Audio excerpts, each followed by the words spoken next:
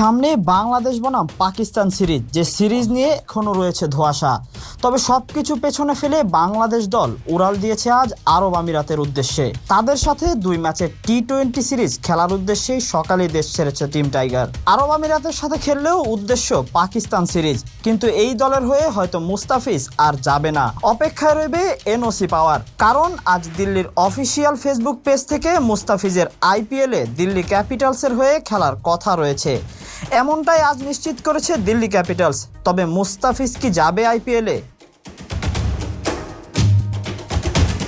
সময় প্রশ্ন উঠতে পারে দুটো, ফিজ এখন কাকে বেছে নেবে, লাল সবুজের প্রতিনিধিত্ব করাকে নাকি বিশ্বের সবচেয়ে সফলতম লিগ আইপিএলকে। সম্প্রতি ভারত পাকিস্তান যুদ্ধের পর দুই দেশের চলমান 2 লিগ স্থগিত করেছিল তাদের ক্রিকেট বোর্ডগুলো। যুদ্ধবিরতি কার্যকর হওয়ায় আবারও 17 মে থেকে শুরু হতে যাচ্ছে আইপিএল এবং পিএসএল। তবে বাংলাদেশের pace bowling unit leader Taskin সম্প্রতি ইনজুরি থেকে ছিটকে গেছেন পাকিস্তান সিরিজ থেকে, তাই সে জায়গায় মুস্তাফিজই নেতৃত্ব দেওয়ার কথা আরব আমিরাত ও পাকিস্তান সিরিজে।